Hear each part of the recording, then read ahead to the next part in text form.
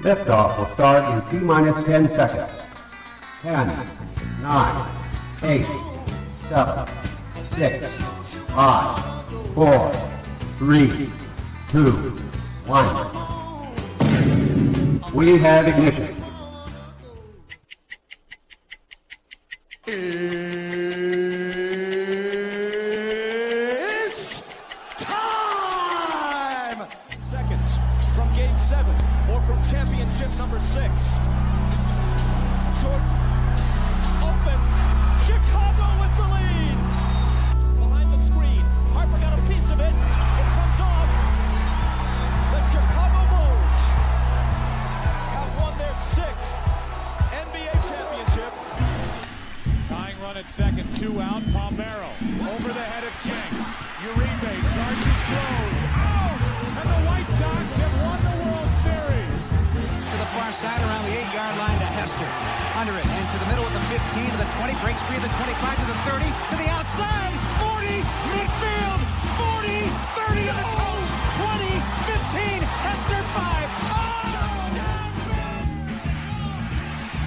For the 3rd time in 6 seasons, it's one goal team. The Chicago Blackhawks win the Stanley Cup. He goes bouncing slowly toward Bryant. He will glove it through to Rizzo. It's in time. And the Chicago Cubs win the World Series.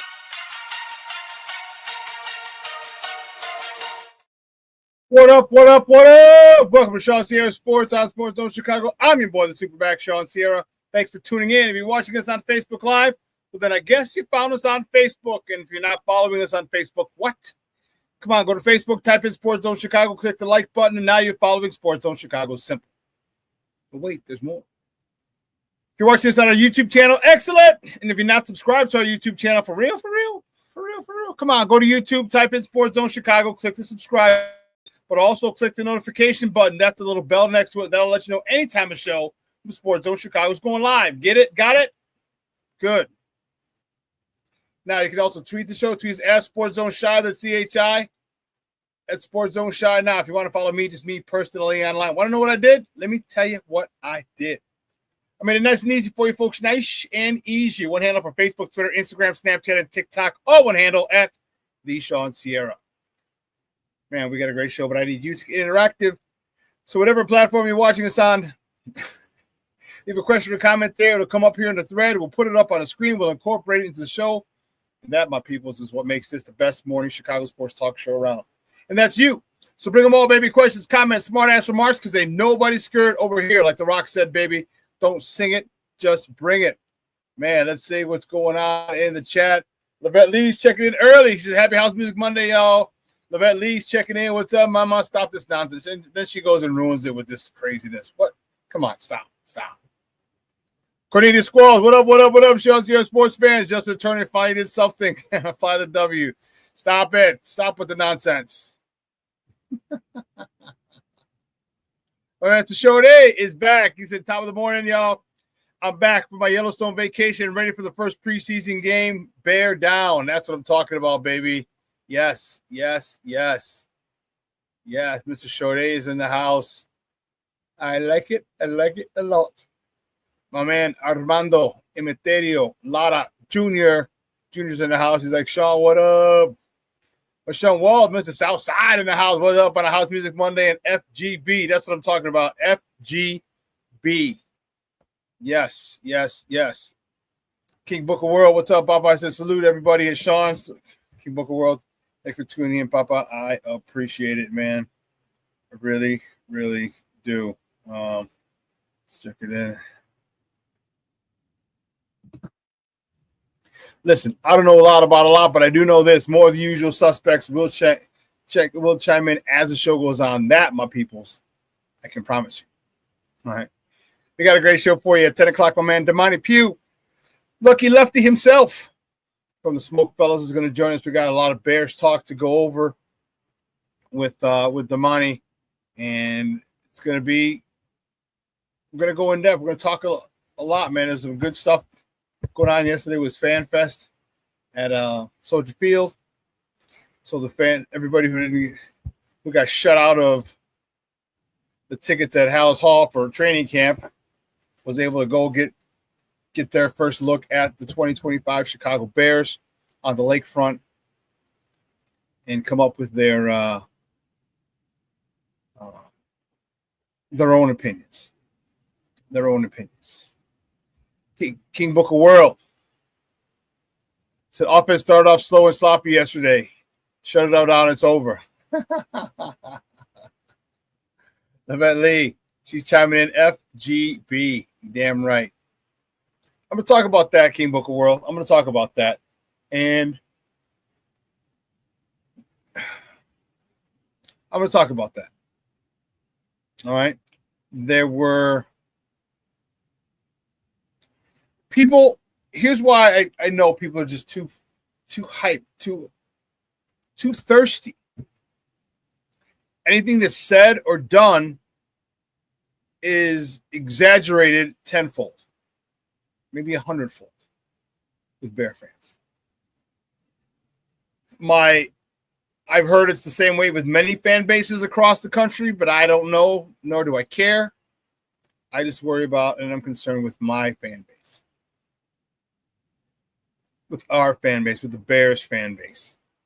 The amount of exaggeration and drama that goes along with anything good or bad is ridiculous. But they don't understand. Never underestimate the stupidity of masses. Never do that. Never, ever do that. Okay? You got to know what kind of coach Ben Johnson is. And once you understand it, you'll take all of his responses with a grain of salt. You'll understand why he's giving you the responses he's giving you. You know, Ben Johnson's old school. He's a young guy, but man, he's old school. Okay? He got an old soul in him. He's very competitive. And he seems to not have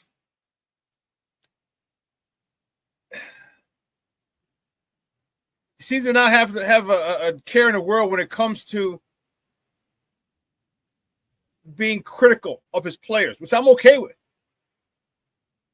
Remember, a lot of the great coaches, all the great coaches back in the day were very critical of their star players.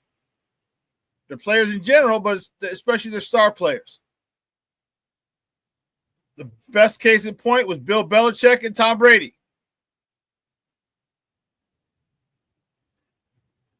Okay?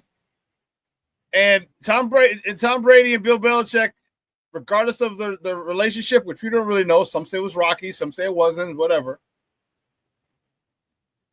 Bill would always say everything was never good enough. He always said things are never good enough. No, we didn't do well. We didn't do this. We didn't do that. And in his monotone voice, with his annoyed persona. And Ben Johnson doesn't have that persona, but he's along those lines of, yeah, we got to keep getting better. We got to keep getting better. He's not willing to hype praise on people on his team, especially not now when the work still needs to be done, when the foundation still needs to be laid.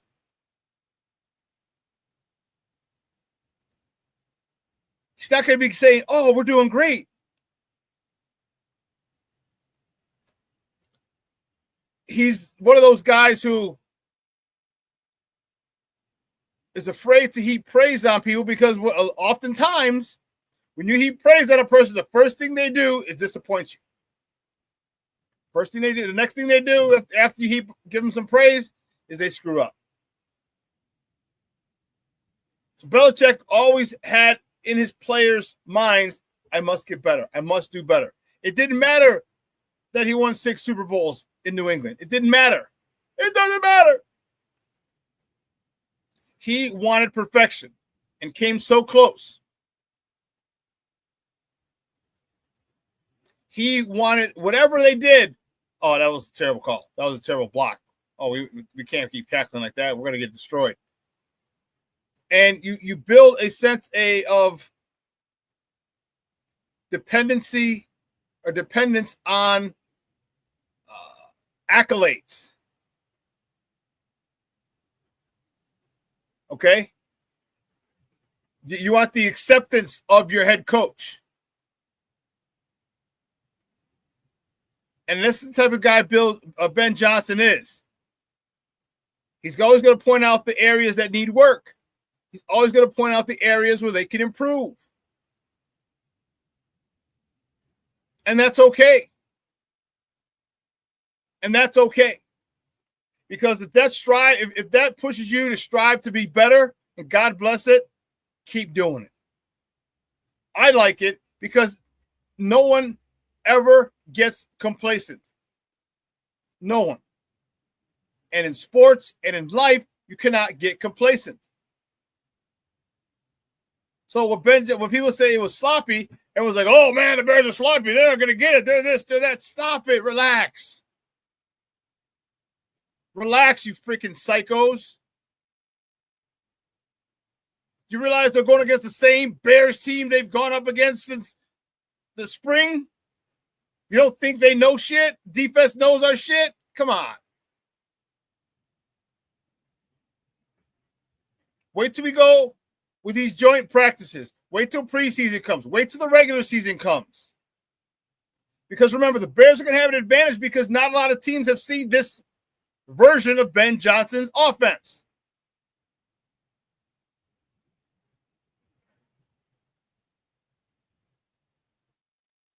They're going to have more success when they go to the joint practices, when they go into the preseason, in the beginning of the season, the regular season games. They're going to have some success.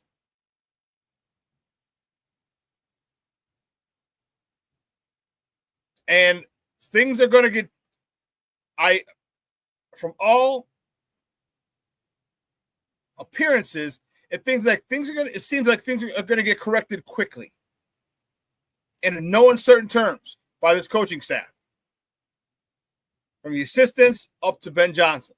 The assistant coaches will handle it, and Ben Johnson will go over it, even though it's been gone over by the assistants, position coaches. But when he don't start saying, oh, well, the head coach said so. Stop. We've all played under coaches, baseball, football, basketball, hockey, that just kept wanting to get us better. The ones that just kept pointing out our flaws, kept pointing out our weaknesses, kept pointing out our areas of concern. We've all played for coaches like that.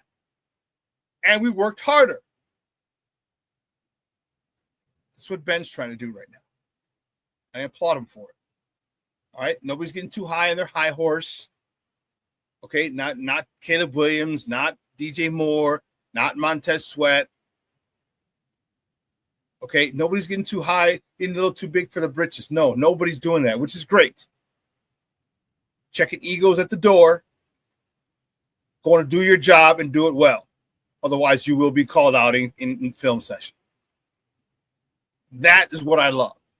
So you have to take what Ben Johnson says with a grain of salt. He's a very engaging coach. Easy to get caught up. He's a very likable guy. Easy to listen to, fun to listen to. But you have to take that with a grain of salt. This is his style of coaching. Okay? I know from Jump Street when he said, Caleb needs to get better. Caleb didn't get rid of the ball fast enough. Oh, Caleb hit a check down. No, that's on Caleb. He should have got rid of the ball sooner. I'm like, okay, this is what kind of coach he is. And that's okay. It's not a bad thing.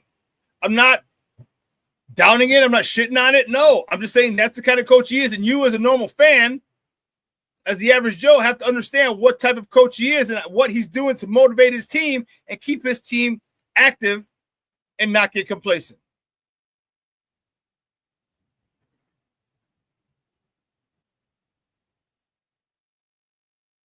But anyway.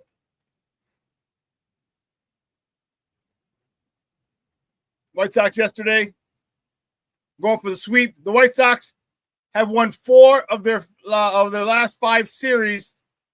Have won 4 of the 5 series since the All-Star break. The only one they lost to was the Cubs. If it wasn't for 3 mental mistakes in that game, we would have won that series too. Going into the series, I believe the White Sox have scored the most runs since the All-Star break as well. This young team is looking good. Looking really good. We're going to talk about that a little bit. And the Cubs still struggling. Although I shouldn't say still. They took 2 out of 3. They're 2 games back in the division. Still need pitching help. Kyle Tucker needs to wake up, get out of his funk. But it's part of baseball, ebbs and flows. So I'm telling you, Cub fans, relax. Kyle Tucker's not going to be in this funk the rest of the season. That, my people, is I can promise you. He's not going to stay in this funk. There's going to be some time. He's going to come out of it. When I don't know. Could be a week. Could be this week. 2 weeks. 3 weeks.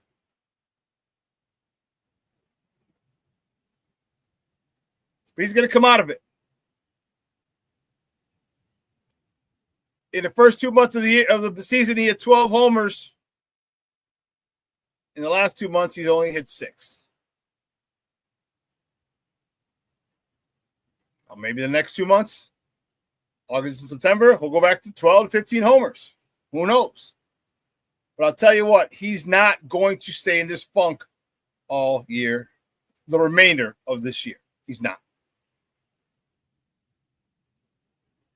So we'll see. Just hang in there, Cub fans. Just hope you don't fall too many games back. You're 2 behind Milwaukee. Just hang in there. You need some good pitching performances. Michael Scarola. No, what's his name? White Sox former pitcher. Soroka. It's like Michael Soroka is on the bump for you guys today. So see what he does. And I don't expect he's not going to be the end all be all the end of your pitching problems. No. But he's going to be an innings eater. And you'll be surprised what happens at a change of scenery. Okay? You got to remember. I was listening to David Hall, and he was talking about back in '84 when the Cubs traded for Rick Sutcliffe. I think he was below 500 at the time. Okay? Jake Arrieta. Jake Arrieta was a throw-in. He was a throw-in. And look what he did. For 2 seasons, the end of 15 and the beginning of 2016, he was untouchable. Probably the best or greatest stretch of pitching I've seen in my lifetime. He was untouchable. In that 1 year, the end of 15 to be the first half of 16, untouchable. Now, don't get me wrong, there are other pitchers who are better, who went on to have longer careers, but I'm saying that 1 year, wow. Wow, wow, wow. So a change of scenery can do you well. So Michael Soroka, hope you didn't sell your Chicago apartment or house. You probably did. But he's back in a city that he loves, just on the wrong side of it. I mean, the other side of it. And see how well a change of scenery does. See how well run support benefits him. So tell you, it's something when you pitch well and you don't get run support. Woo. Believe you me, that is frustrating as all get out. Pitchers are never going to say it. They're not going to throw. They don't want to throw their team under the bus.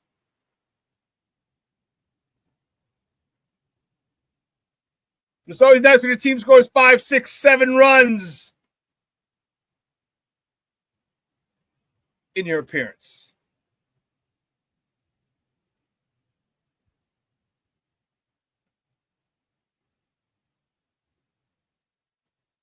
One of our training camp ticket cannot make it. Do you want the ticket? Oh, nice. Sure. Do you have any more tickets? Because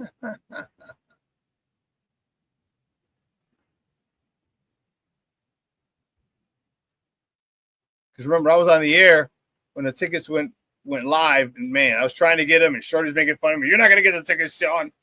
I'm like, I was trying. I had the show to do.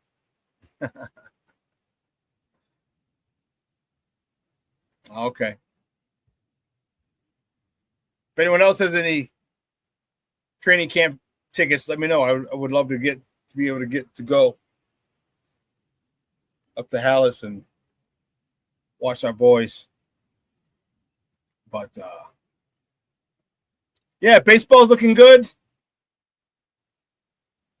Oh, so we did a drawing for it last week. Now the winner cannot make it. Oh, okay. That's cool.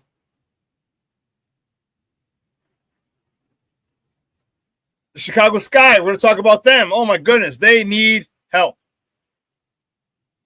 They are in a bad position. Injuries are plaguing this team big time. Angel Reese didn't play last night. Obviously, if you remember Courtney Vandersloot, she tore her ACL. She's out for the season. They're in a funk. We've lost 8 in a row. And I mean, it's frustrating.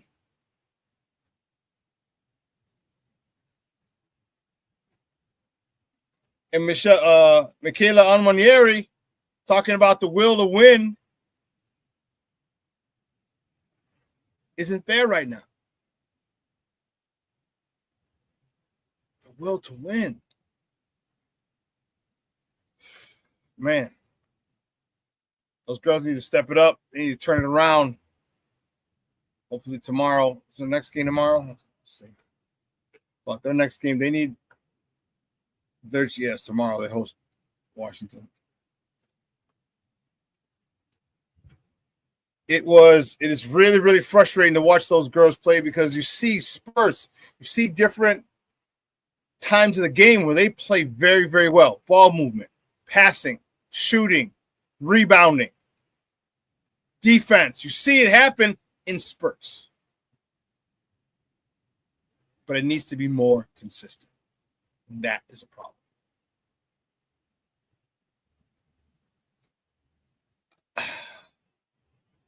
I didn't want to say this, but I feel they're going to break up the Twin Towers, Camila Cardoso and Angel Reese. I don't think they're getting rid of Angel Reese. And it's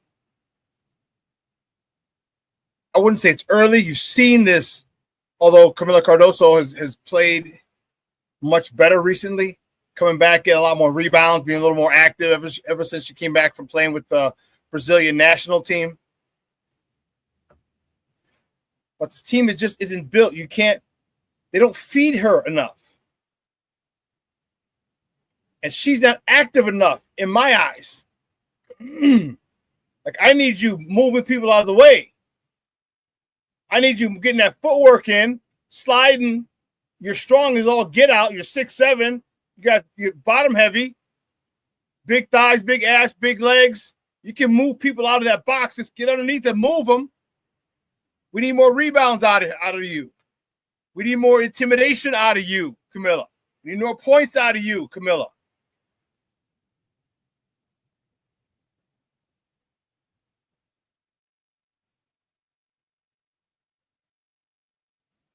Well, listen, we're going to take a quick break, and on the other side of the break, we will get to our top of the morning topics. Okay? We will. That, I promise. All right? But stay here. Stay tuned. On the other side of the break, we're going to get back to our first segment, top of the morning topics. So don't go anywhere, folks. Keep it locked right here. ShawnSierraSports on Sports Zone Chicago.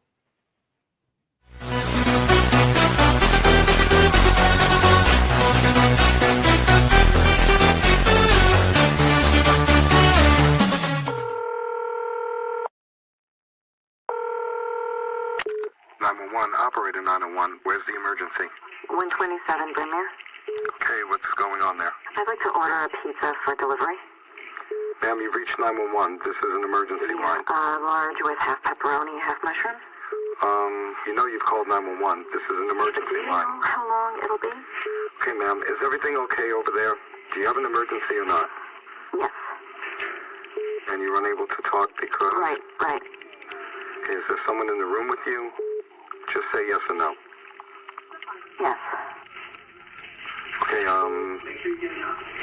it looks like I have an officer about a mile from your location. Are there any weapons in your house? No.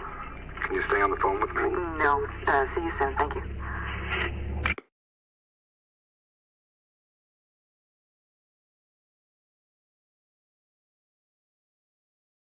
Every day, we take steps to keep the people we love safe, but some health risks are easy to miss. Ticks hiding in the yard can spread germs, like the ones that cause Lyme disease. Mice searching for food can spread bacteria that makes us sick. Mosquitoes lay eggs in standing water and can spread West Nile virus and more. Cockroaches are drawn to water in the home, leaving behind allergens that can trigger asthma attacks. Common pests can threaten our health. Learn how to protect your family at pestworld.org. When I'm flying, I put my helmet on, my visor down, my mask up. You don't know who I am. Whether I'm African American, Asian American, Hispanic, white, male or female. You just know I'm an American airman kicking your butt.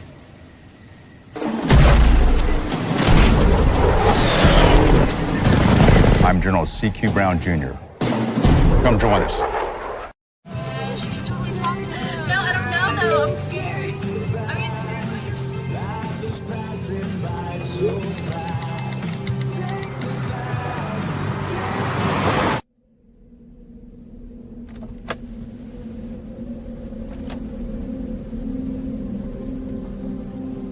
Do you know that you're in my lane? No, not at all. Are you not paying attention? Are you texting? I was just checking in with my mom. I was telling her that I thought we'd be home by 6. It's okay. There's enough time. Just pay attention. I'm not even halfway through my text. There's no way. I'm not even going to look up. My babies are in the car. You have to pay attention. It's just supposed to be a quick text.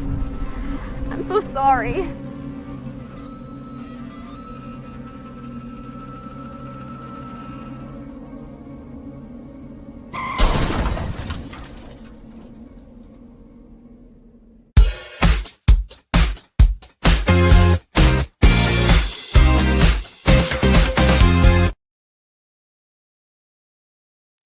Welcome back to ShawnSierraSports on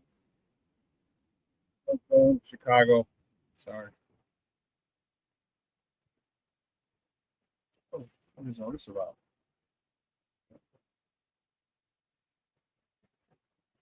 Crazy. Ay. Crazy. Thank you. It was going a little crazy. Yeah, welcome back. Let's see.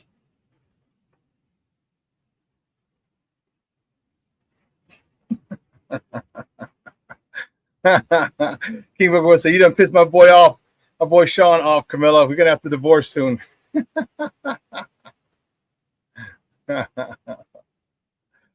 She's got to get more aggressive, man. She does. She's 6'7".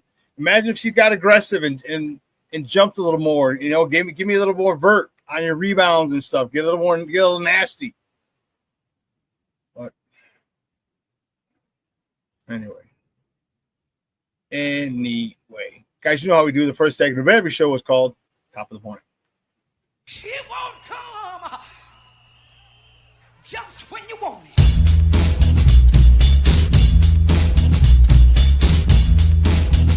Top of the morning to you. Top of the morning to you. Let's see, which way do we go? Which way do we go? Right here, the first top of the morning, top of the Cubs. Cubs beat the Orioles yesterday 5-3 on a walk-off by Justin Turner Jr. Mondo! Colin Ray got the start. He got a no decision. He went 4 2/3, 5 hits, 2 earned runs, 1 free pass, 4 punch-outs. Seiya Suzuki 2 for 4 with an RBI, his 82nd of the year. Ian Happ 1 for 4, driving in his 53rd run of the year. And Justin Turner 1 for 1 in a pinch hit roll. Hit a home run, his 3rd of the year, driving in his 14th and 15th runs, walking the game off for the Cubs with a 5-3 win. The Cubs win the series, take the series 2-1. And this Cub fans, what Milwaukee did, it's not good. They're going to come back to the means. Okay. You continue to take series 2-1, 2-1, 2-1, 2 games to 1, 2 games to 1, 2 games to 1. Trust me, Milwaukee will stumble. They're playing good baseball. They're a hot team right now, but that's going to cool off. No one stays hot all year long. Just doesn't happen. It's too long a season. Too many factors, injuries, slumps. Don't worry. You guys are going to be just fine. Stay close like they stayed close to you guys when you guys were hot. You need to do the same for them. Moving on to the next top of the morning topic, the Cubs. The Cubs welcome the Cincinnati Reds to the friendly confines for 3 games. The first pitch tonight is at 7:05 p.m. Central. You can catch that game on the Marquee Network or listen to it on their flagship station, 670 a.m. Probables for tonight's game for Cincinnati, Nick Lodolo. He's 8-6 with a 3.09 ERA going up against Michael Soroka, newly acquired Michael Soroka. For the Cubs, he's 3-8 with a 4.87 ERA. Check the chat. What we talking about?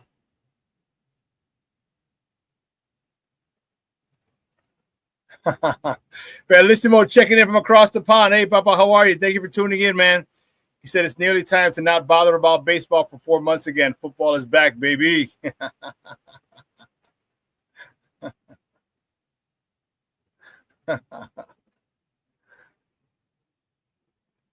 Definitely coming in hot. King Booger says, it's Bear season when Bellissimo blesses the chat. Yep. And he's fired up, baby. He is fired up. But keeping it moving, the next top of the morning topic, the good guys. Speaking of walk-offs, the good guys fall to the Angels 8-5. Oh, we had it. We had it. We had it. And we were up 5-0. The White Sox fall to the Angels 8-5. As I said, Sean Burke got the start. Got a no decision. He went 5 innings, 5 hits, 3 earned runs, 3 walks, 2 punch-outs. Man, Colson Montgomery continues his hot streak. He's 2 for 4 with a home run, his 7th of the season, driving in 4 RBIs on the day. A nice day at the office, young man. Lewis Robert was 2 for 4, driving in his 45th RBI of the season. Brooks Baldwin was 3 for 4 with a double, his 9th. Unfortunately, in the 9th, Sox reliever Tyler Alexander gave up the walk-off to Taylor Ward with a 3-run homer, which provided the final score of 8-5.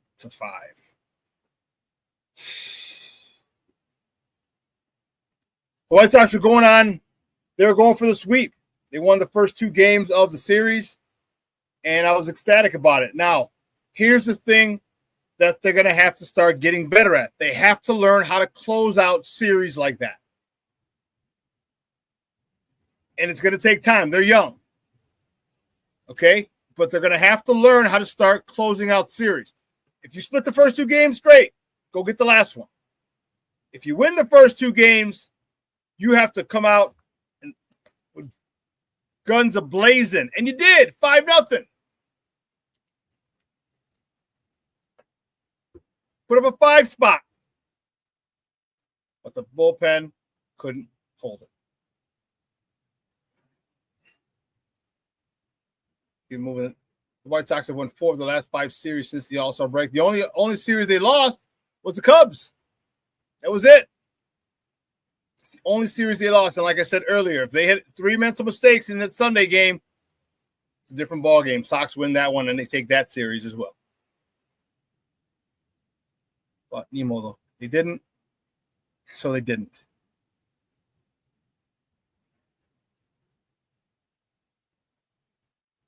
Okay, this is morning, Theo Shawn. What up? What up? Jeremiah, good morning, mijo. Whew. Good morning. Good morning, buddy. Yeah. So frustrating. But you have to understand this is to be expected. When you're dealing with a team like this, a lot of youngsters, a lot of rookies are playing. A lot of rookies. If you're not, and some of the youngsters who aren't rookies are guys who really haven't had much time. So you're dealing with a lot of inexperience at the show. A lot of inexperience, and it's showing. They're going to learn. These lessons that they're getting are valuable learning pieces.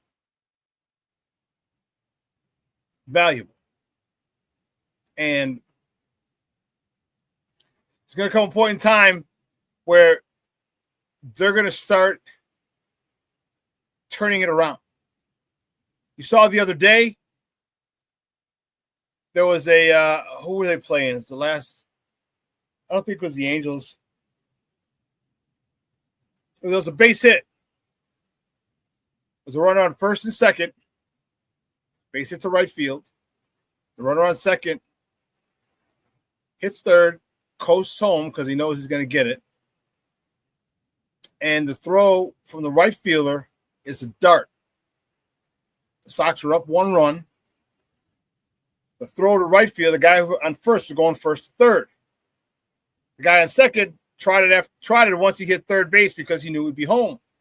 The ball wasn't coming home; it was going to third to get the runner going to third. The ball gets there on a rope, caught, tags the runner at third. A split second before the runner was about to cross home plate. A split second. Great job by the umpire. He saw the play going to third. He watched it, saw the tag, then saw the guy cross the plate. He waved it off.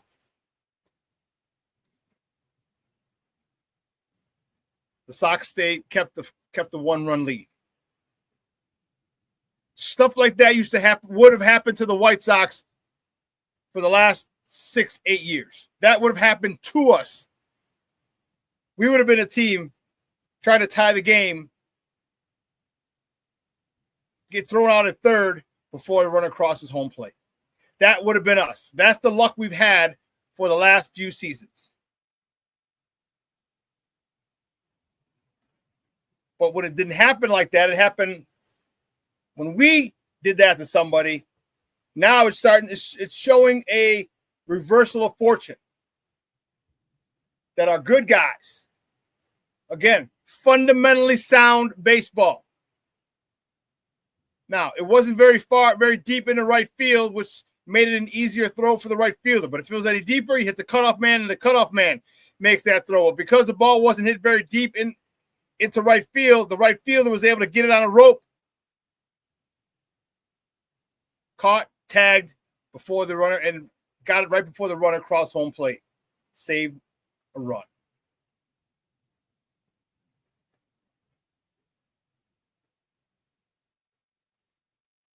There's a lot of good things on the South Side happening. I was talking to some people at the Fiesta del Sol. No, this was the St. Procopius Fest on Saturday. They were talking shit about the big-time Cub fans.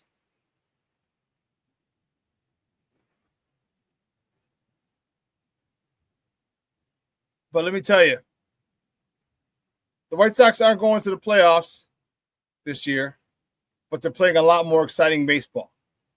Going into that game, the White Sox had won 41 games.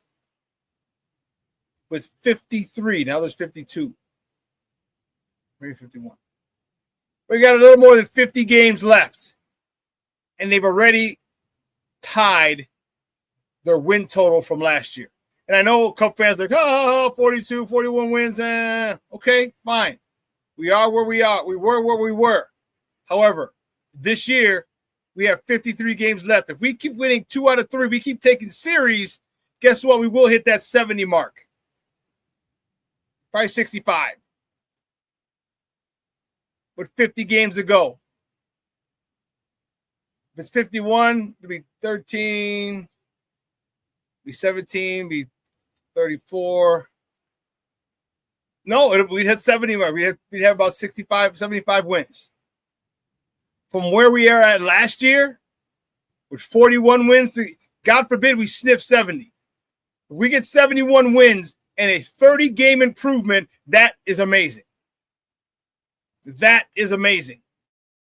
In 1 year to jump up 30 wins, wow. Wow. I get it. We're not making the playoffs. We're not even sniffing a wild card. But what we're doing is we're laying the foundation for a team that's going to compete for a long time with these youngsters, the older they get. And I like it. Plan to go to the game on Sunday. Ozzie Guillen bobblehead day.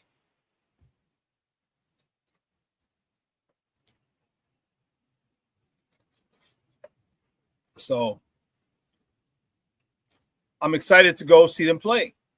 I am. This is a team that's really grabbed my attention. I was not having any of that nonsense earlier. But these kids can play part 2. If you're old enough to remember part 1, you're old as hell.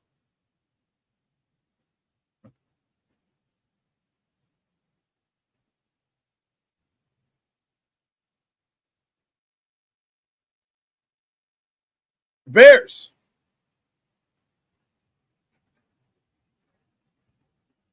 Oh, sorry. Next topic, the morning topic is the sky fall to the Phoenix Mercury yesterday, 83-67 here on the south side in the South Loop.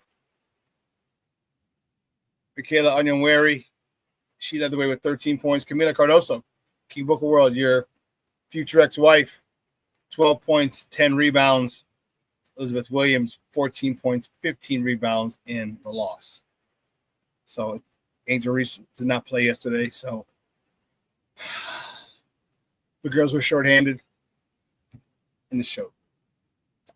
But there was still too many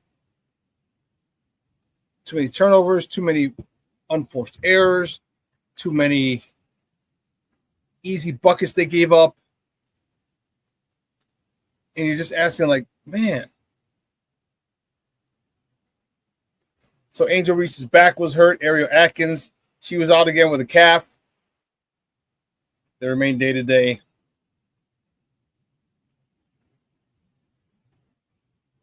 But then again, aren't we all? Aren't we all? Aren't we all day-to-day? Because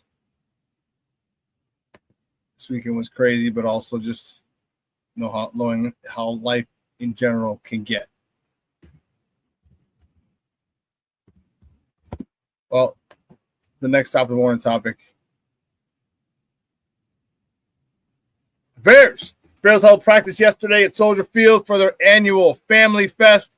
Tickets were only $10.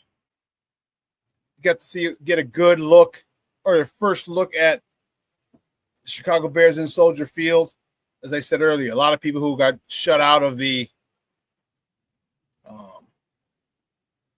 training camp tickets, which is why I love Bourbonnais. A lot of people got shut out of the training camp tickets, were able to get tickets for yesterday's event. It was a nice little crowd. Ben Johnson called it sloppy. Okay, and then people ran with it, like our media. They just ran with it. Like, don't you know? Like, can't you read people? Don't you understand?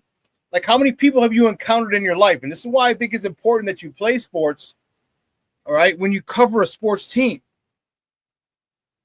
I think it's important to have a background knowledge of different types of people. You have to know how to read people. You can't just go by what people say. You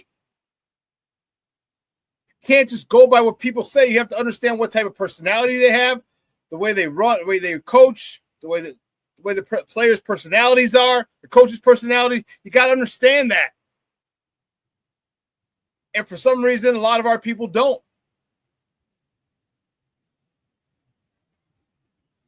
And it's frustrating. It's real frustrating.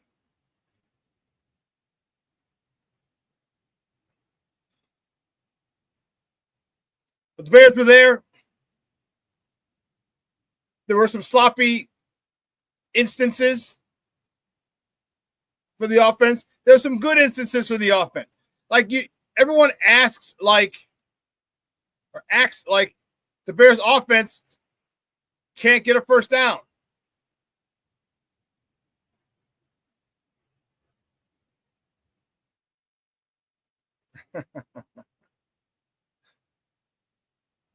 But Realismo says, Shawn, I saw a 5-second clip where Caleb got frustrated because he didn't get the ball into the stationary net. He's so bad. Bears are cooked. He's a bust, etc. He's being facetious, of course, because that's what people will say. King Booker World said 26,000 plus yesterday. Yeah, a lot of people were down there because you care. You're vested in this team.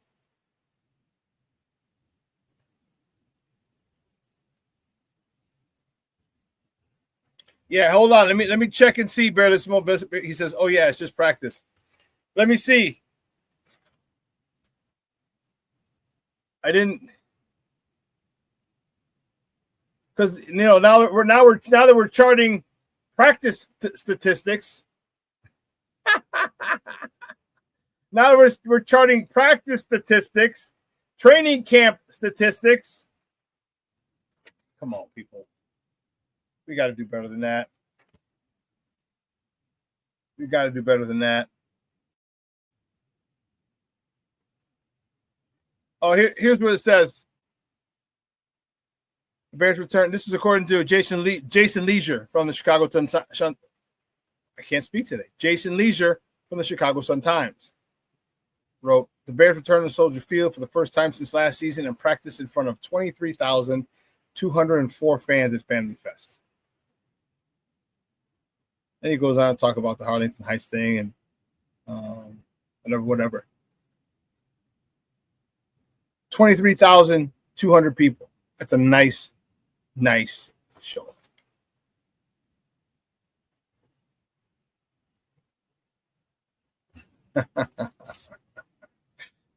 Verissimo. Packers had 60,000 at their Family Fest game, mostly because it was a Green Bay family reunion of all those interrelated. Yeah, all those inbred hillbillies up there.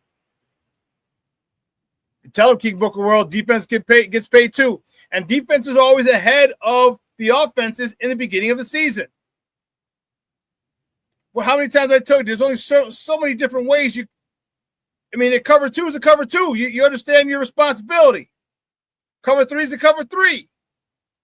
Like, the responsibilities are the same. Front four, get to the quarterback, stop the run. There's not a lot of different things that you have to worry about on that side of the ball. There's some nuances. But the defense is always going to be ahead.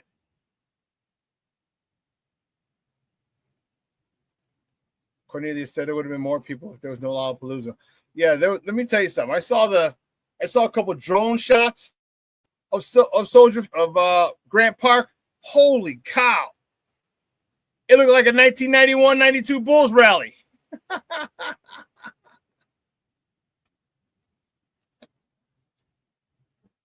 Looked like a Bulls rally back in the day.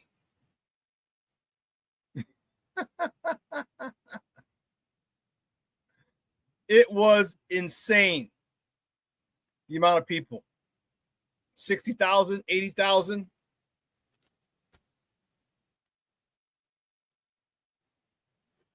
Let me see. What are they talking about?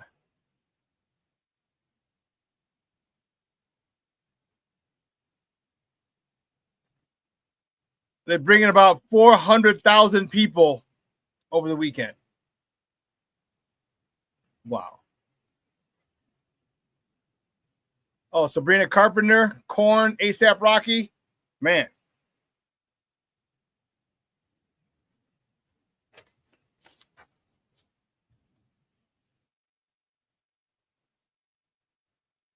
Bellissimo says, saw a lot of match coverage from press alignment on the defense yesterday. Looks like zone on motion initially. I saw a lot of levels, floods concept in our pass game. Who knew that it was who knew that it was competent play calling?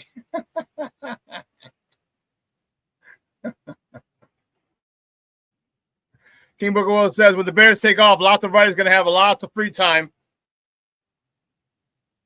But you know these writers. Again, it just frustrates me when people start talking this nonsense about that. You know what I mean? Let it develop. Let it play out. Teams are still learning.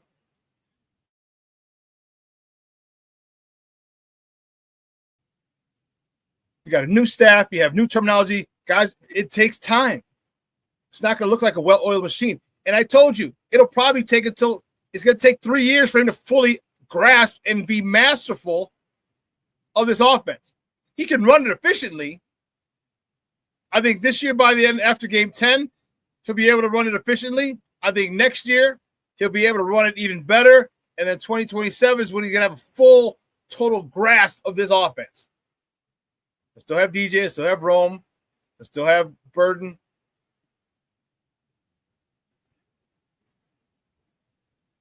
Still have Loveland. All right, so he'll still have a lot of the people there.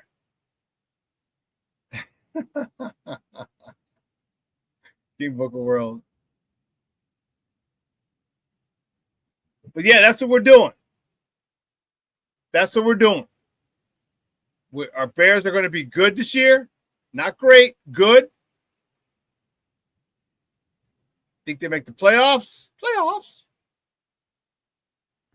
I don't think they go much further than the divisional round. Now, if they get past the divisional round to the NFC championship game, then all bets are off. All bets are off. I don't think they'll get past the NFC championship game if everyone stays healthy on the opposing team. But hey, you can knock a quarterback out. Offensive lineman can roll up on his knee, tear a ligament. He's out. Bears go on, waltz to the Super Bowl. Possible, highly unlikely, but I think the Bears will make the playoffs. And all you're asking is for a chance. All you're asking is for a chance. Get into the postseason and go from there. But let's not put the cart before the horse. We have still got some things to iron out, some things to tinker with. But I'm telling you now, they are going to be fine. My man Rick Gonzalez checking in. What's up, Papa? He says, hola, amigo, FGB. Hope your weekend was well, Shawn. It was fun-filled. I'm telling you, make sure you follow me on Facebook. Rick, make sure you follow me on Facebook, Papa, King Booker World. I think you do, Shorty. If not, make sure you follow me. I'll tell you, man, this weekend was fun. Fun. Boat party on Saturday afternoon. Then I went to 2 festivals, the Fiesta del Sol, then the house music night at St. Procopius Fest. Ralphie the Raz Rosario was DJing, one of the Hot Mix 5. Dajé, the lady who sings You Got Me Up, she performed. Great time. Rick, great time. Thank you for asking.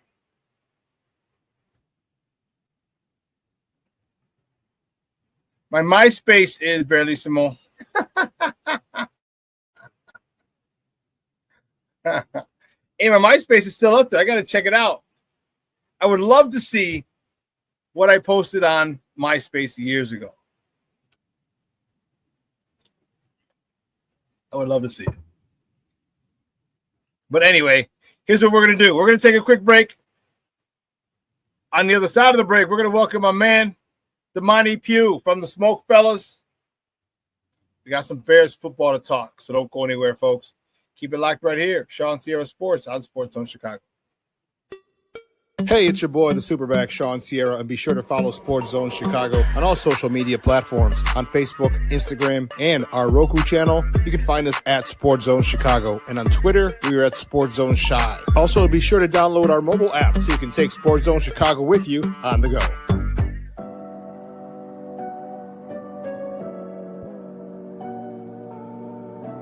How do you take care of your mind health? For my mental health, I meditate in the mornings. I have my dogs. They're the best. I just find ways that help me just relax. Finding things that make me happy, like being close to my family. I meditate a lot and read books. I have hobbies outside of the game. I'm able to switch off. I'm able to turn my brain off from the game of basketball. Your mind health matters. Your mind health matters.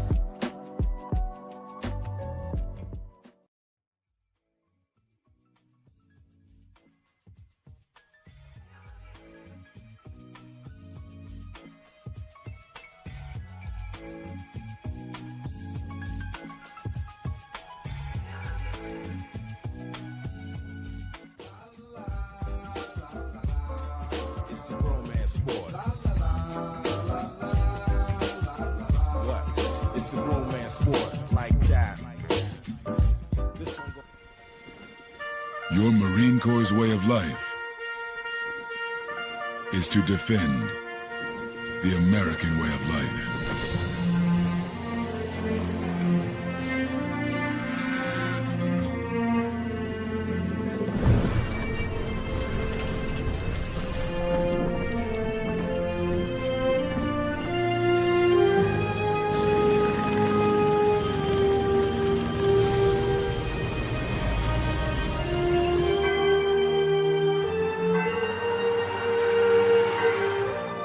Every day,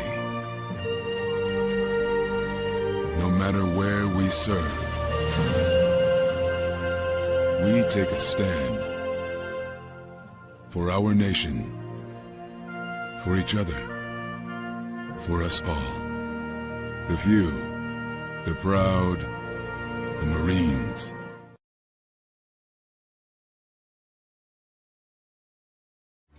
Everybody in a work zone is someone's somebody. This is my mom. She works for KDOT. This is my dad. This is my mom. This is my daddy. This is my sister. This is my daddy. This is my son, Scott. He was killed while working in a highway work zone. When you drive through a work zone, drive like a life depends on it. Because it does.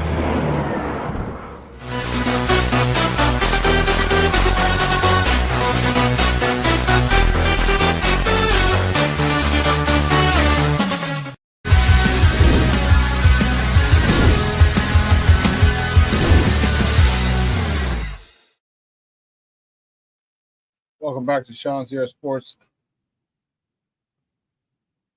on Sports Zone Chicago. Yeah, so Steve had a family situation, so Steve's not going to be with us today or tomorrow or Wednesday.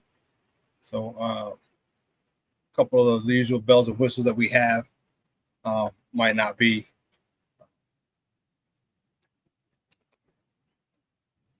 Might not be in the broadcast because, as I said, he had a family situation. And yeah.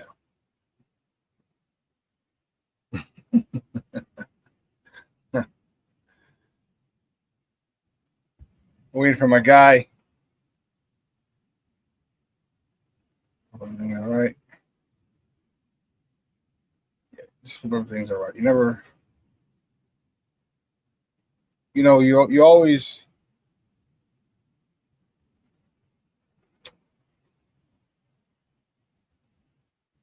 Just never know.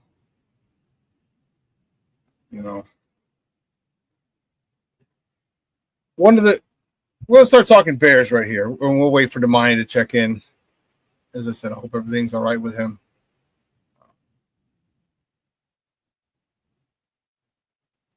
Brandon Shuts in the house. What's up, Papa? Good morning. Thank you for checking in with us. I appreciate it.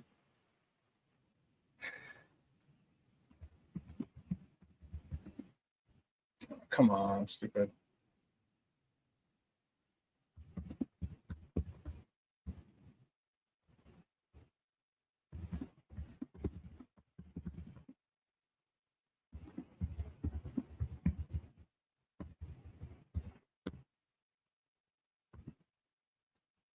one of the things that people are talking about now, first of all, we'll talk a little bit about Family Fest. Okay. I love that idea. I love it. Love the concept. I think it's great. You get your fans down there at Soldier Field. All right. And it's a great thing because Bear tickets are expensive. All right. Bear tickets are expensive. So here's a way for you to get down there and watch the Bears play at Soldier Field. Okay.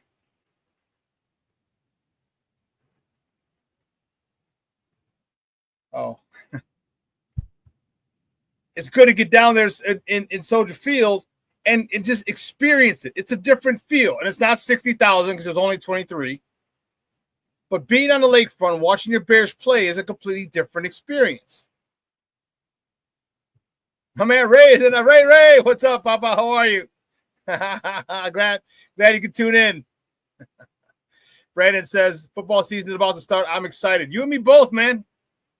And a whole bunch of Bear Nation is fired up as well.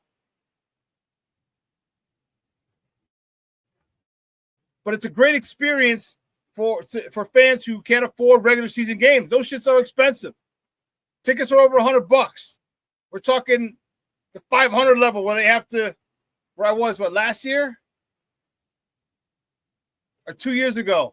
I went with my cousin, and he was in town. He bought some tickets.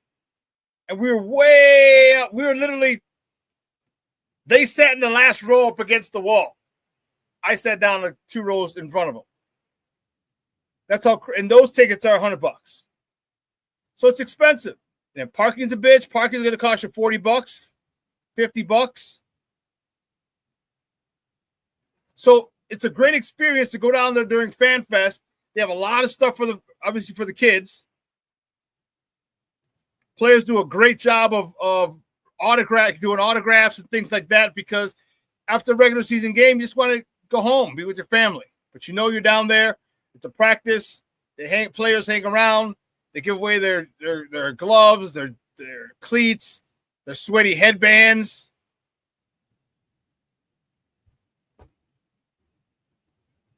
Ray said they said it was going to be their best practice yet. They lied. How can you quantify that, though?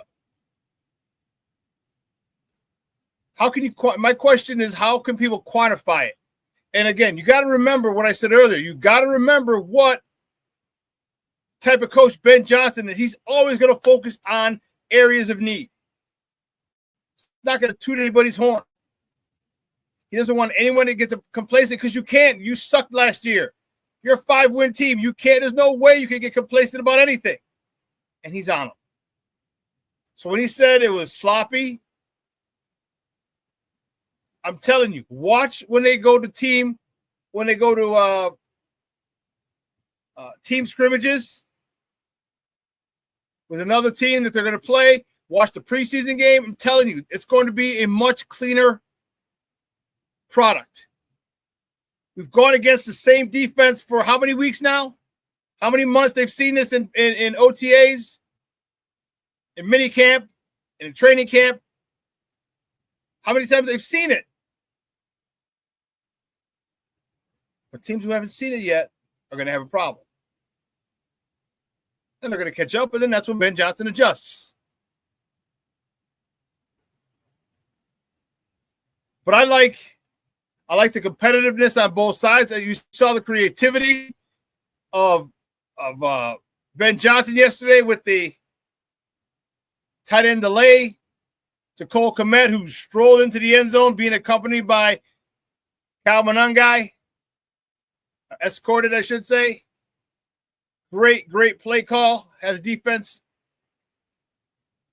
But that's what happens when you run the ball. Remember, it was a play action fake. Got the linebackers up, allowed Cole from the right to go from the right side and come across the left, up the left sideline. They said, escorted by Kyle Monangai.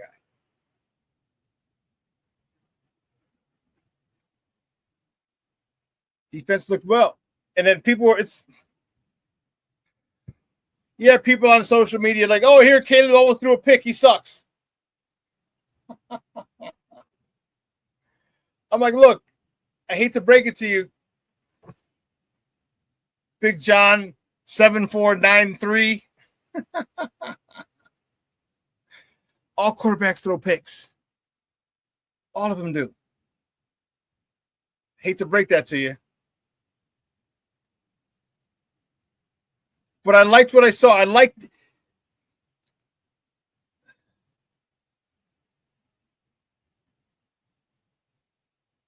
Cornelius. That's what I was talking about. I said on that JP Richardson touchdown, the DB undercut the route and just missed an interception. He was running the route. Yeah, sometimes DB is good film study. If you watch some of the, well, they probably didn't have film study, but if you've seen the route concepts,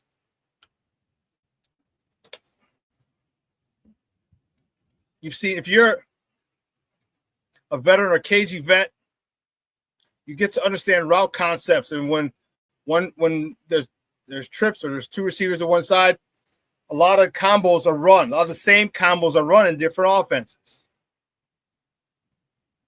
And if you feel you know it, sometimes the DB runs the route themselves and gets a pick. Or just misses a pick, as in this case.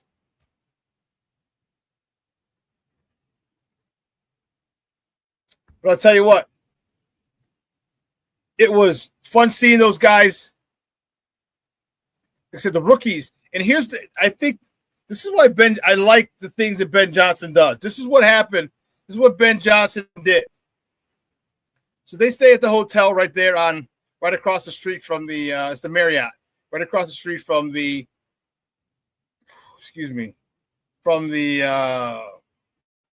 does this guy play? Wintrust Arena. All right, that's where they stay for home games. Okay. So what Ben Johnson did in preparation for next week was he had them stay. They stayed at that hotel Friday night. So everyone drives in. They stay there and get used to the routine. Okay. I thought that was very smart. I thought it was a great idea. Get to the hotel, decompress, chill, get your meetings. All right, just relax. This is what you're going to be doing for a while. So next week, there's not going to be any confusion. Because sometimes I'm telling you, you think it's easy. You get a hotel room, you go there. It is so much. I'm telling you, from the times thinking back in college,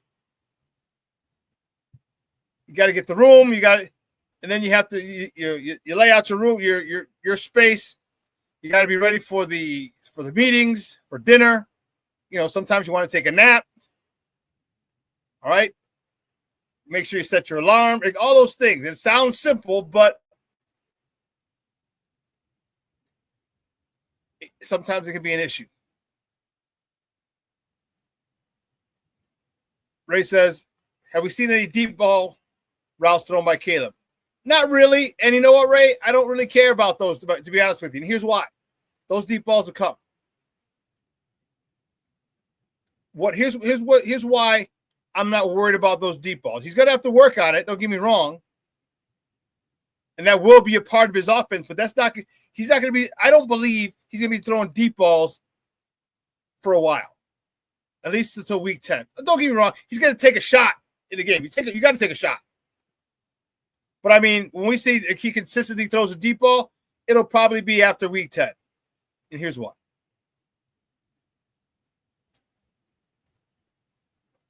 The run game we have is incredible. It's going to be incredible. They're going to run the shit out of that ball.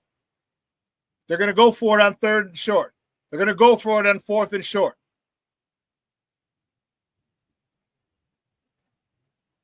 They're going to pass. Sometimes it's not always going to be the run. Sometimes they're going to throw a quick slant. And when they get that short passing game down, it's going to open up everything behind it. So I feel that they're going to have Caleb work on the slants, the hitches, the 5 and outs, the 5 and ins, short routes, and get that short route game on automatic. So if you on fourth down, instead of running it, you feel comfortable passing it. And both quarterback and wide receiver are in sync. And when that happens, in addition to the run game, now here's where the double moves come. Now here, not even double moves. Here's where your route comes, and sometimes the DB's not looking at you because he thinks the ball's handed off. Oh, snap. So no, we haven't seen any, deep balls thrown by Caleb. That was one of his weaker areas, but again, I'm not worried about it. Let's get this down now. I'd rather have him get this short game down, get it stuck on automatic. Where's 4th and 2? We know we're going for it. We know what we're going to do. We know we're going to get it. I wanted that automatic because that takes the wind. Those are body blows. 4th and 2. Your defense is about to come off the field. Oh, no, they're not. First down. When the Bears solidify that short passing game, the deep game, the intermediate and deep game is going to be wide open. Wide open. But I agree. It would be nice to see a nice long ball to Rome or DJ or Luther Burden.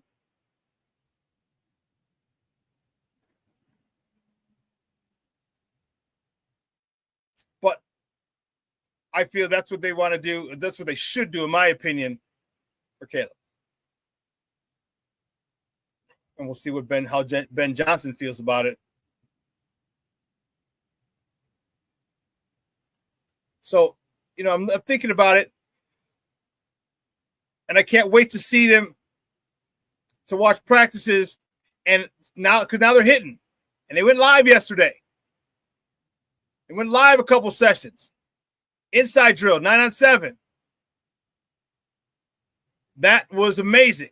I want to see physicality. I want to see the offensive line move people.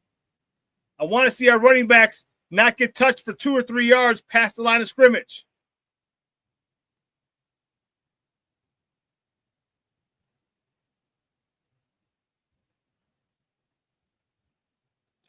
Rick says, we have no clue at the moment what our offense is going to be, and that's a good thing. You're right. But here's what his intentions are. Run the ball. Run the ball. We upgraded that offensive line, and we spent a pretty penny. I should say the Bears spent a pretty penny upgrading that offensive line. They better be running that ball. They're going to be running that ball, and everything else comes off it. The play action. That comes. The more successful you are running the ball, easier it is for the quarterback to throw. Look at Jared Goff. Now, we have no clue what they're going to be, but I'll tell you what the intent is going to be. And that intent is to run the ball down your God blessed throat, right down your throat, right in your mouth. Right in your mouth.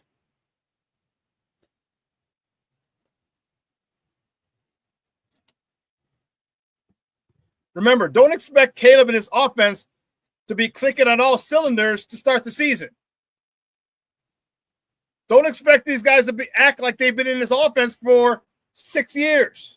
No, it's going to take time. And what you do is you add a little bit piece by piece. Piece by piece. Get very comfortable with this set of plays, this package. Then you can move on to it, add another package in there. So now as the year goes on and we keep adding different packages and formations, you're not giving, again, you don't eat a steak in one bite. You cut it in pieces. Let them get good at something, then move on to something else. And just keep expanding and expanding and expanding. And then now you call plays from each different package. 12 personnel, 13 personnel, 22 personnel, 21 personnel. You can call it. Call plays from those. And every week you add something on. You're professionals. You better remember. If I had high school kids who remembered every time when I was at Curie, our offensive coordinator was the head coach as well. And this guy was amazing. Amazing play caller. Our base play was inside zone. Mind you, we had a running back who was 6'1", 225, who ran about a 4.5, so that helped a little bit. But nonetheless, and he was a dog. And he was a dog. He'd run through you, he'd stiff arm you and run by you. But our base play, we could run inside zone out of anything. Anything. 11 personnel, 12 personnel, 22 personnel, 20, 32 or 23 personnel. It didn't matter. 13 personnel. It didn't matter. We can run inside zone out of anything. And that's where they're trying to get to. Different formations, and you can run your same basic plays. Cornelia says, the more Caleb is under center, the better. I hate it when Caleb is in shotgun. I do too, because it's the rhythm. It's easier with the rhythm and steps. 1, 2, 3, throw. 1, 2, 3, 4, 5, bounce, throw.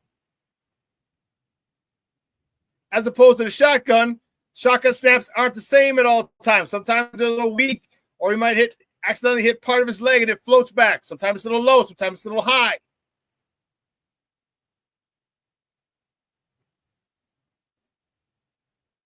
But Caleb being under center is a beautiful, beautiful thing.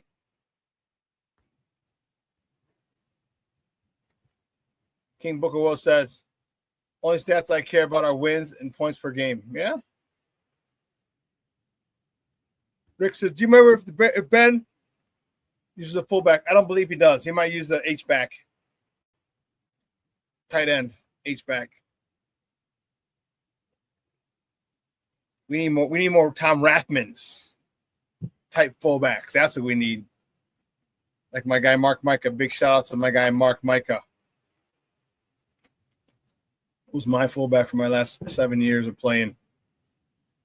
We won 2 national championships and an additional bowl game. Foulmouth Chris in the house. What's up, Papa? I said good morning, fellas. Chris is in the house. Chris was down there yesterday. Oh, Lorenzo Neal. Rick, yes. Yes, another one.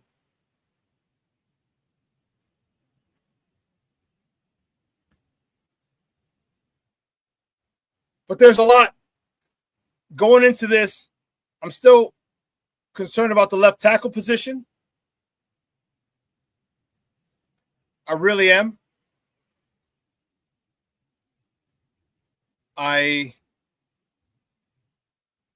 Once that gets settled, I'll feel more at ease. Because if whoever it is, even if it's Ozzie, the rookie, he's got Joe Tooney next to him. Joe Tooney next to him. That will put you at ease. As an offensive line coach, as an offensive coordinator, a play caller, and Ben Johnson, and as a quarterback. To be able to help you out with certain calls, and then at some point you got to man up. You got to stop that rush end, probably their best defensive end on the opposing team.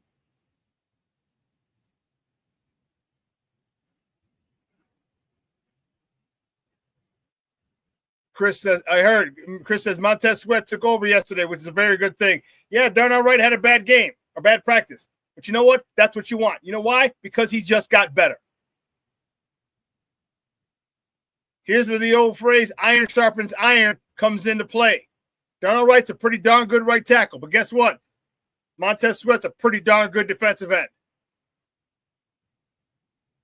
And he got the best of them. He got the best of them. And I wouldn't say Darnell Wright is a top 10 tackle, but he's in the top half.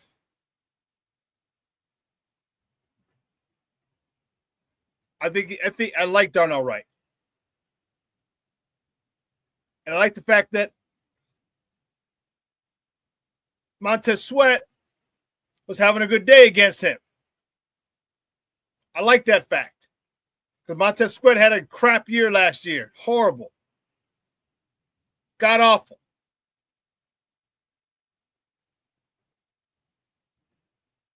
Some reports came out that he was hurt. His knee, his hand, his wrist, something like that. So he looks to be completely healthy and healed.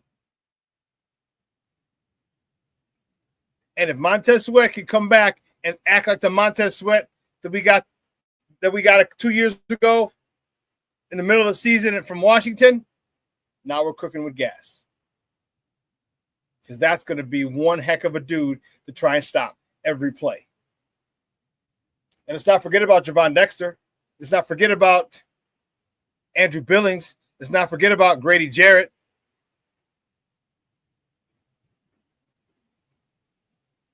It's crazy.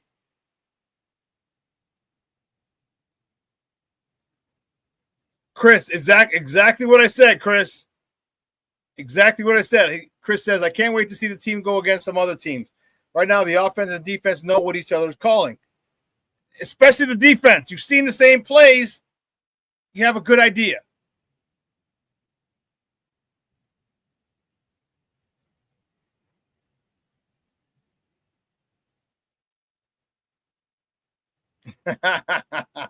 Ray, the prognosticator, he says, well, their offense is 35 days to be good enough to whoop JJ's ass on Monday night.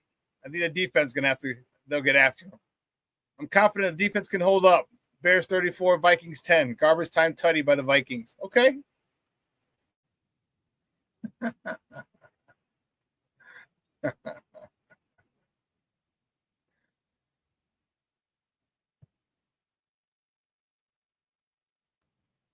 But listen, Ben can sit there and talk all he wants, and he has. What does he always say? Remember, he's right where I need him to be. We're talking about Caleb or the team, the offense. We're right where we need to be. He can talk about it sloppy, he can talk about that, but he'll also always say they're right where they need to be. Because he understands the progression. Progression improvement is not linear. And people can't understand that concept. When you're able to coach and you see the progress that he's made, you see the progress, the work he puts in behind the scenes, and then you see the progress he's made, you can say, you can come out with the, oh, we're sloppy, blah, blah, blah, blah. But then in the same presser say, hey, I'm happy where we're at. We're right where we're supposed to be. I put a lot more stock into that than, oh, well.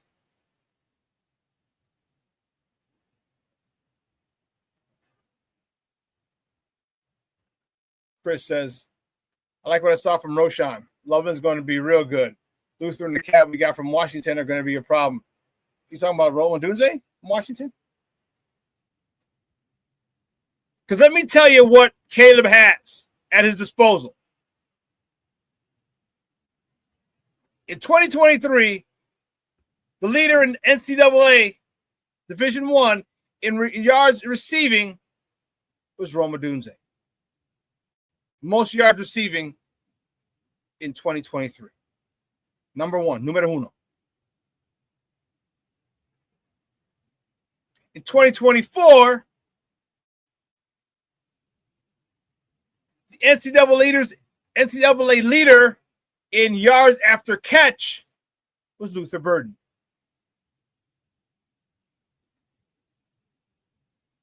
So they got the guy who led the NCAA in yards after catch last season, and then 2 seasons ago, the guy who led all of NCAA receivers in yards. Oh, yeah, by the way, you got a guy named DJ Moore as well.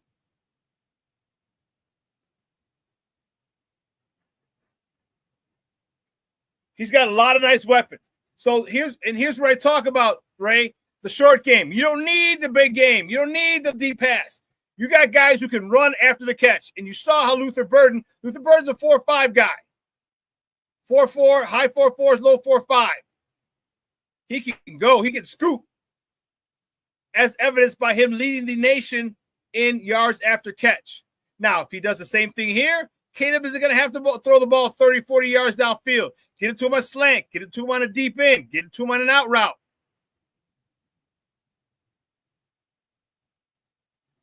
You get it to the playmakers. They make the plays. They run after the catch. Guess what? You still get credit for the yards, Caleb.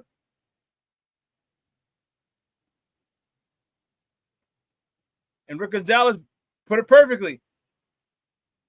Swift in the open field is a problem as well. Yes. Okay, you said Luther Burden ran a 4.41. Woo! He's a low 4.4. Oh, he can go. That's why he led the nation in yards after catch.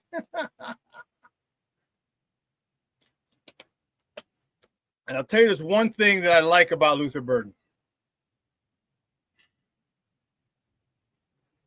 One thing I really, really like.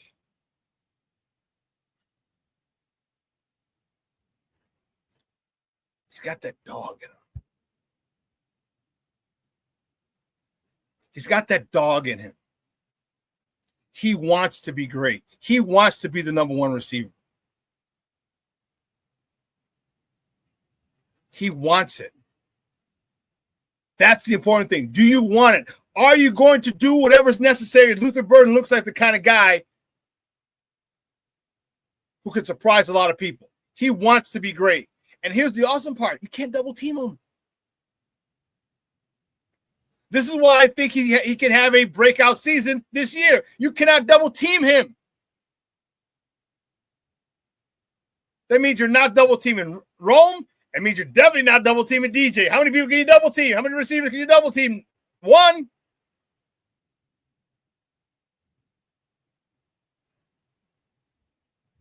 And that is what I love. The fact that Luther Burden, with his 4.41 speed, his stopping and starting ability,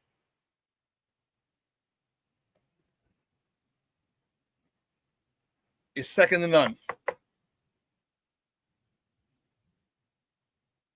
Second to none. You just can't leave him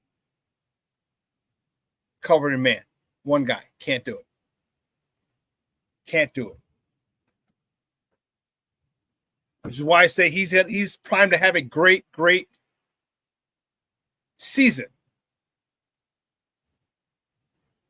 Chris says he was the most double-teamed wideout in the SEC last year. Guess what? You ain't gonna see. Here's the great part. They're gonna double team it. They're gonna double team a tight end before they double team you. You're gonna double team DJ Moore first. Then you go to Roma Dunze and probably maybe Cole Kmet before I even think about double teaming you, Luther Burden. And that's no disrespect. These guys have earned their reputation in the league. But that means you should eat, baby. You should eat big time.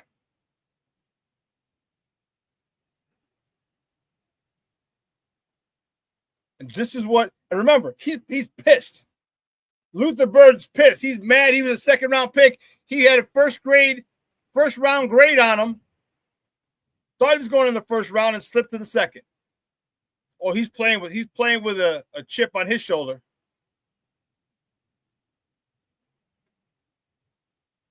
Playing with a chip on his shoulder, and I love it. Whatever you need to do to motivate yourself, you do. So that's why I'm looking at Luther Burden like, listen, Papa, the stage is set for you to come out and ball. All those double teams you saw last year? Nope. Now, mind you, you're going up against better competition. Well, let's be honest. How many good teams have a great nickelback? How many good teams have a great nickelback to cover a potentially number one receiver? Luther Burden could be a number one receiver. Probably a better 2, an excellent 3. But he's got first round talent in the slot position. How many cornerbacks how many teams have a cornerback who can cover a slot receiver well? Not everybody's like us and Kyler Gordon.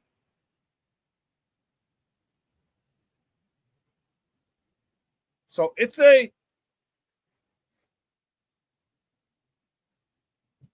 exciting time because you see the potential. Now they just got to click. And when we start playing other teams, we go to inter-squad practices, joint practices, you're going to see it. And watch how the media and other people are like, oh my God, the Bears offense is so great. This is because they haven't seen it before. Other teams haven't seen it.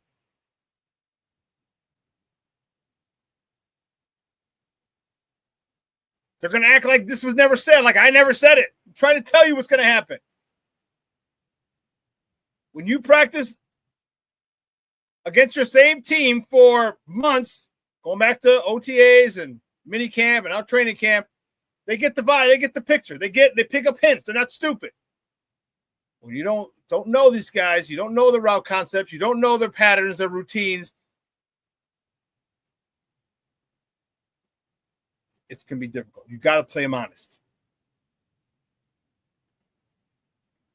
And that's where they're going to go off on people.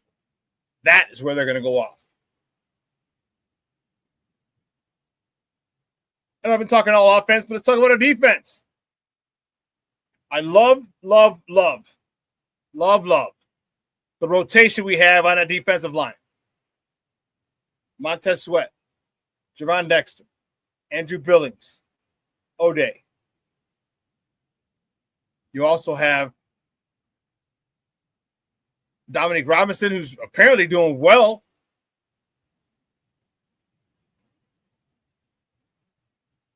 Grady Jarrett. Grady Jarrett alone. I was so happy to get him. He's that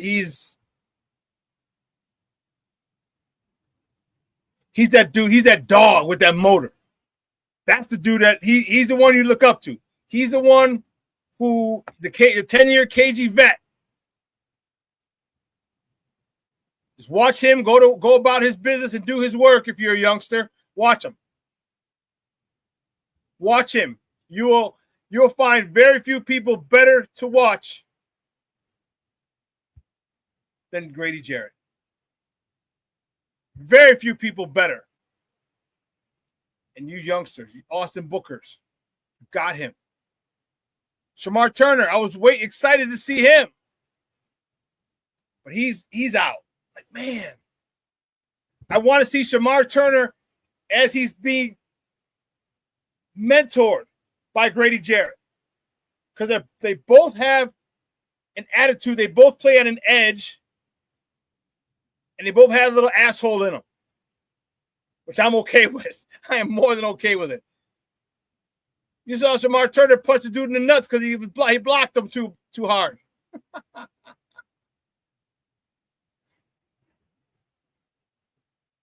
But when he's back healthy, I cannot wait to see how well he does under the tutelage of Grady Jarrett.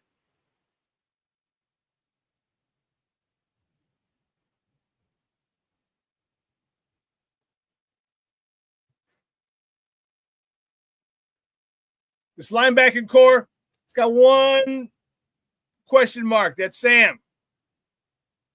Noah Sewell has been playing well in that spot. They got Ruben Hippolyte, who runs a 4-4. And if they're going to bring heat, he's going to be that dude. He's going to be that fast dude bringing that heat.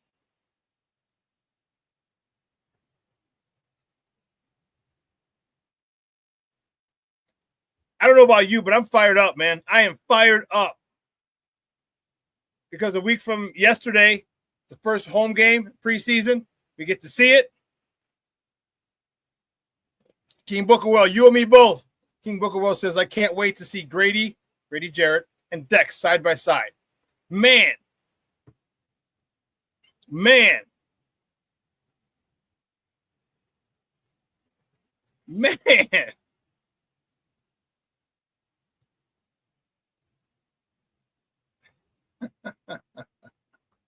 King Bookerwell says, I want Ruben Pedialyte to start. It's Hippolyte, but I got you.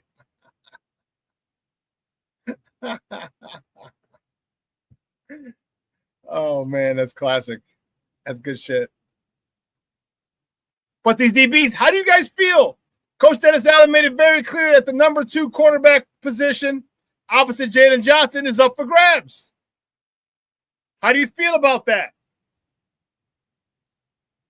Terrell Smith gets a shot.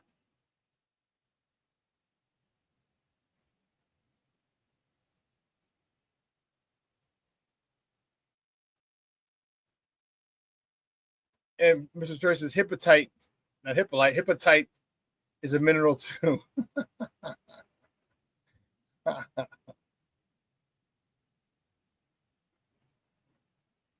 That's funny. But the DB room, I'm liking. They've been talking about Jaquan Brisker bringing all the energy. They said the practice starts at 8:30. He's on the field at 8, dressed and ready to go. Bringing it. But the other linebackers, TJ Edwards and Tremaine Edmonds, I want to see what kind of year BJ Edwards has. TJ Edwards. I hope he has a phenomenal year. They're trying to decide who's going to play as the Sam, who's going to play the Will.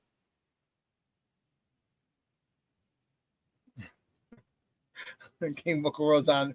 He's on one today. I'm retired calling him Pedialyte. He's now Ruben Electrolyte. Oh, man.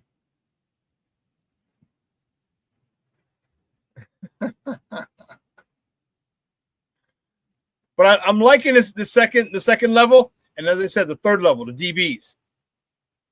That one spot is open. Terrell Smith. It opens the door for you. He's another big physical corner who can cover. You know, I like Tyreek.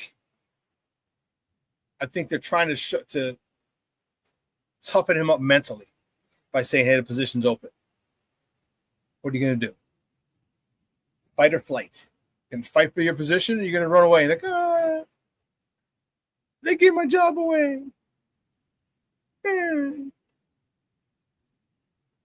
Fight for your position.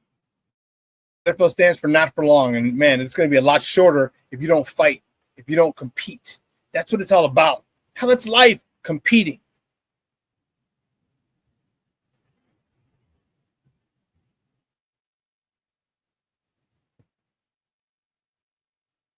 Chris says Allen was blitzing a lot yesterday too. I love it. I love to see it. I didn't see too much. I didn't see that too much from Eberflus. No, Eberflus wanted to get home with the front four. He never liked to blitz. Never liked to blitz. That was only in a blue moon when we're down, 5, and there's 3rd and 6 on their own 15 coming out. Then you see some heat. Maybe not even then.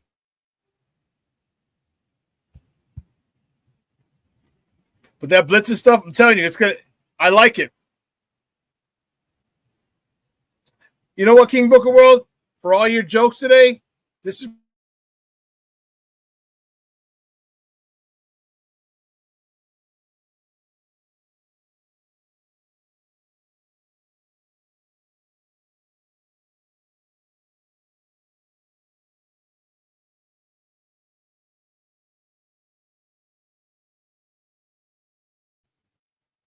I don't know what the heck happened there. But that sums it up. Seek and destroy. He wants to win. He wants to dictate what you do on the offensive side of the ball.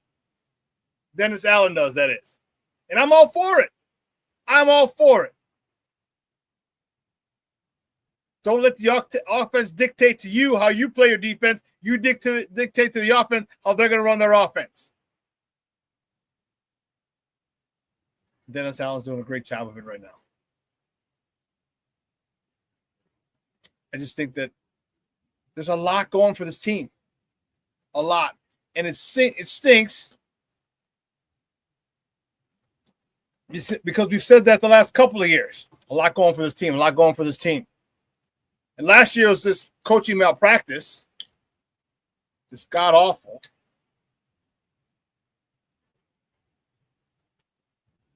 So hopefully this new crew, this new coaching staff is able to put it together.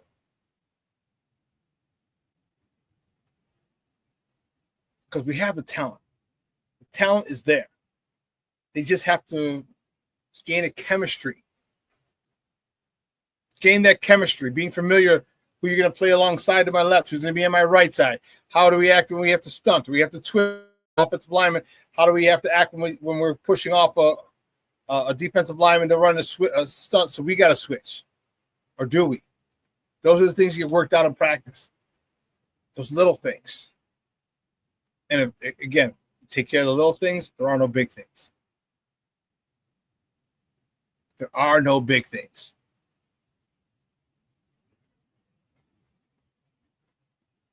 You know, I hope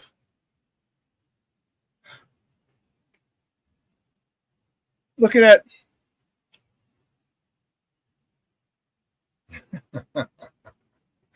Boca Rose on fire.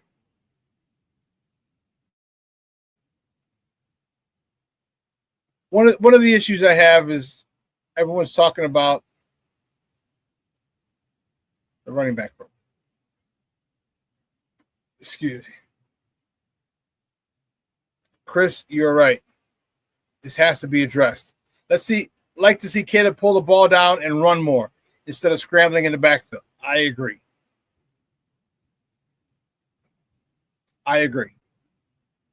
Run. I'm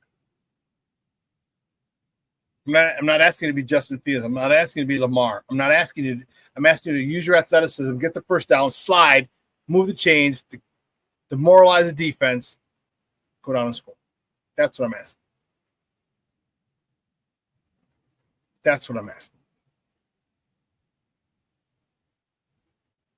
Caleb's got a lot of work to do. But from all reports, he's living up to the task. From all reports. We don't know. So, I don't know about you, but I'm fired up. I'm looking forward to it. Preseason starts on Sunday. Woo whoop. Woo whoop. So, listen, we're going to cut a little short today. I appreciate you guys checking in with me. I'll be back on Wednesday. Same bad time, same bad channel, 9 a.m. to 11. ShawnSierraSports on Sports Zone Chicago. Listen, I had a phenomenal weekend. I hope you did too. Okay, if you wanted to see what I did, just go to my Facebook page, the stories. All right. But I hope you guys have a phenomenal day, a phenomenal week, start of the week. All right, start of the week. Let your loved ones know you love them because tomorrow is promised to no one. All right. Make lunch, brunch, dinner. Doesn't matter. Breakfast, happy hour. Make plans with your people because, man, time moves fast. All right? It moves fast. So listen, from everyone here at Sports Zone Chicago, guys, I'm your boy, the SuperBack, Shawn Sierra. 12:15, the Keenan said together, take you on another 2-hour Chicago journey. Okay, and then I'll be back on Wednesday. Okay? So for everyone here at Sports Zone Chicago, you have a phenomenal day. Your boy, the SuperBack. I am out.